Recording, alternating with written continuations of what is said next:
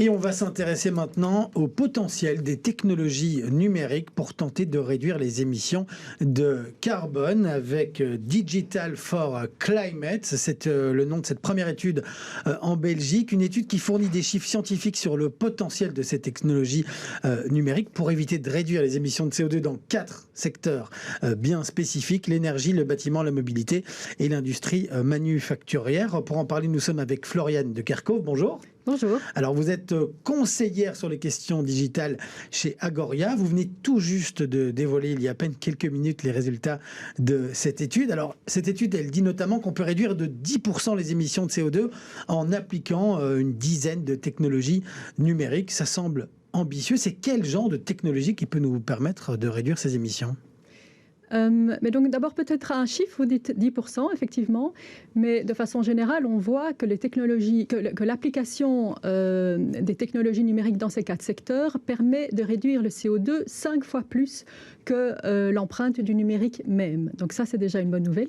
Alors, oui, parce que voilà, on a tendance parfois à oublier que le numérique consomme également de l'énergie, mais il y a quand même un delta en faveur des évolutions positives. Il y a un delta et je peux vous dire qu'on a été assez conservateur dans d'autres études, donc certainement. Vous me demandiez alors quel type de technologies peuvent être utilisées. Donc nous, on a sélectionné avec Accenture une quinzaine de technologies vraiment porteuses dans les 4 secteurs identifiés, donc les 4 secteurs qui en fait émettent le plus de CO2. Donc pour vous donner quelques exemples, dans la mobilité, un exemple très parlant, c'est tout ce qui est télétravail. Le fait qu'on travaille chez soi, évidemment, on n'utilise pas sa voiture, donc on consomme moins d'énergie. Donc ici, on a un potentiel de réduction de 16% d'émissions de CO2 d'ici 2030 en adoptant davantage le télétravail. D'accord, donc il faudrait favoriser le télétravail pour réduire nos déplacements, pour réduire nos émissions. Voilà, donc ça, c'est un exemple concret. Je peux vous en donner un autre éventuellement aussi. Donc, par exemple, tout ce qui est système de gestion intelligente des bâtiments. Donc, aujourd'hui, un bâtiment, il y a l'air conditionné, il y a le chauffage, il y a l'éclairage, etc., etc. Et il y a moyen, avec le digital, d'optimiser la gestion et de réduire fortement, en fait, la consommation d'énergie. On peut arriver à une réduction de 30% de consommation d'énergie dans un bâtiment. Oui, il y a aujourd'hui des innovations technologiques qui permettent, avec de l'intelligence artificielle, à calculer un petit peu comment on consomme et à mieux gérer les dépenses énergétiques de grands bâtiments notamment. Voilà, donc ça c'est effectivement un exemple assez concret. Maintenant, si on parle du secteur de l'énergie, justement, donc aujourd'hui on a de plus en plus d'énergie renouvelable, le solaire, l'éolien, mais un des problèmes de l'énergie renouvelable, c'est qu'évidemment elle n'est pas constante, puisqu'il y a des pics de production et il y a des moments où il n'y a plus d'électricité produite par le renouvelable parce qu'il n'y a pas de soleil ou pas de vent. Donc ça veut dire justement par l'intelligence artificielle, par des systèmes de réseaux qu'on appelle flexibles, il y a moyen de travailler, par exemple, d'avoir une tarification de l'électricité en fonction de la production qui est élevée ou pas élevée, afin qu'on utilise l'électricité au moment où la production est forte. Et donc ça, c'est l'intelligence artificielle qui va permettre justement de faire le match, voir comment les prix doivent être le moins chers pour pouvoir acheter à ce moment-là l'énergie. Voilà, là vous nous listez de nombreuses évolutions technologiques qui existent déjà. On ne parle pas de projets, elles sont déjà efficaces. Qu'est-ce qui manque encore pour qu'on les utilise plus ? Parce que pour arriver à cette réduction d'émissions, il faut utiliser cette technologie. Elles le sont déjà, mais pas suffisamment. Alors, il y a peut-être 2 choses. Une première chose, c'est de dire effectivement, ici, pour l'étude, on a fait le focus sur des technologies existantes pour pouvoir les chiffrer. Mais évidemment, les technologies peuvent aussi aider à créer des nouveaux business models qui permettent de créer d'autres façons, par exemple l'économie du partage, par exemple tout ce qui est économie circulaire, qui permettent aussi de réduire les émissions CO2. Et alors, pour répondre à votre question, comment favoriser maintenant l'adoption des technologies qu'on a identifiées dans les années qui viennent ? Donc, nous, ce qu'on propose, par exemple, c'est un programme qu'on appelle Digital for Climate Programme, qu'on veut développer avec les autorités régionales ou fédérales afin de vraiment sensibiliser les entreprises et les accompagner dans l'adoption de ces technologies pour augmenter justement les taux d'adoption. D'accord, donc vous avez besoin des autorités, mais on n'a pas encore beaucoup parlé du secteur de l'industrie. C'est aussi un des gros secteurs à émissions de CO2. Là-dessus, il faut des contacts directs aussi avec les entreprises. Est-ce qu'elles sont ouvertes aussi, les entreprises bruxelloises et belges, à ces nouvelles technologies ? Je pense qu'on a différents types de technologies. Donc, dans notre étude, on a réalisé une vingtaine d'interviews, justement pour donner des cas concrets d'adoption des technologies et qui ont justement eu un impact sur la réduction de CO2. Donc, c'est des entreprises qui peuvent vraiment montrer l'exemple et inspirer les autres pour adopter ces technologies. Après, c'est évident qu'il y en a d'autres qui doivent encore faire le pas.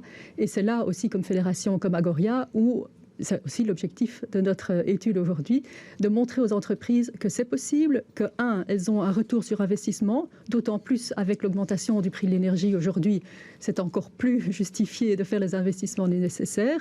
Et un deuxième élément, c'est qu'en fait, avec les objectifs climatiques européens, de plus en plus d'entreprises sont conscientes de ces enjeux et veulent avoir des fournisseurs qui ont des engagements climatiques, justement, ou environnementaux.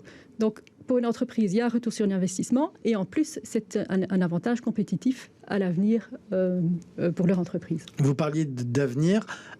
Est-ce qu'il y a encore beaucoup d'espoir dans l'innovation technologique et numérique pour tenter d'avancer, de lutter contre le réchauffement climatique? Là, on a parlé des innovations qui sont déjà là, qui sont sur le marché pour les entreprises ou pour les autorités publiques. Mais est-ce qu'il y a encore des innovations, des grandes innovations qu'on attend pour tenter de pouvoir faire encore plus? Donc je pense que certainement les technologies c'est une des réponses aux défis climatiques. Il n'y a pas que celle-là, parce que je pense qu'il faudra, c'est notamment une transition, il y a beaucoup de changements de mentalité qui devront avoir lieu, mais certainement les technologies peuvent offrir une réponse, et comme le digital et d'autres, et permettront d'une certaine manière de maintenir une certaine croissance économique tout en respectant l'environnement. Donc pour ça, on doit vraiment développer les nouvelles technologies, et je pense qu'il y a un moment urgent aujourd'hui, parce qu'on a encore 10 ans pour réduire nos émissions de 55% et pour être neutre en 2050. Ouais, donc l'idée, c'est d'encourager aussi éventuellement des startups ou des jeunes entrepreneurs qui ont des idées à créer des applications qui pourraient être utilisées par tout un chacun et qui nous permettraient d'aller vers cet objectif. Donc, je pense que le programme Digital for Climate qu'on voudrait mettre sur pied, c'est d'une part utiliser les technologies qu'on propose ici et qui sont vraiment porteuses, mais effectivement, d'autre part, pouvoir travailler avec des startups ou des entreprises innovantes afin de créer des solutions qui permettent de réduire l'empreinte carbone. Et il n'y a pas un risque parfois, mais on l'entend un petit peu déjà dans votre message, parce que vous parlez du digital et d'autres, mais vous n'avez pas peur parfois qu'on se repose sur le numérique, sur la technologie, sur les innovations, qu'on se repose un petit peu sur le futur pour éviter de faire trop d'efforts aujourd'hui et que des entreprises, des sociétés ou même les pouvoirs publics investissent dans de nouvelles technologies pour essayer de réduire nos émissions, alors qu'il y a aussi d'autres éléments concrets sur lesquels on peut faire des efforts? Mais je pense que c'est une on dit en flamand en verhaal. Donc vraiment, plusieurs éléments doivent être pris en considération. Et les technologies, c'est un des éléments. Et vous me posiez la question tout à l'heure de nouveaux business models ou d'innovation. Les innovations, ça veut aussi dire des changements de mentalité. Donc, on parle de télétravail, c'est un changement de mentalité, d'être prêt à travailler parfois plus chez soi et moins en voiture. Ça peut être, et on a repris un exemple justement dans notre étude ici, de trouver des moyens de transport alternatifs et la meilleure composition, transport public, vélo, voiture, etc., pour moins polluer. Vous êtes optimiste donc pour les 10 prochaines années grâce à des innovations technologiques?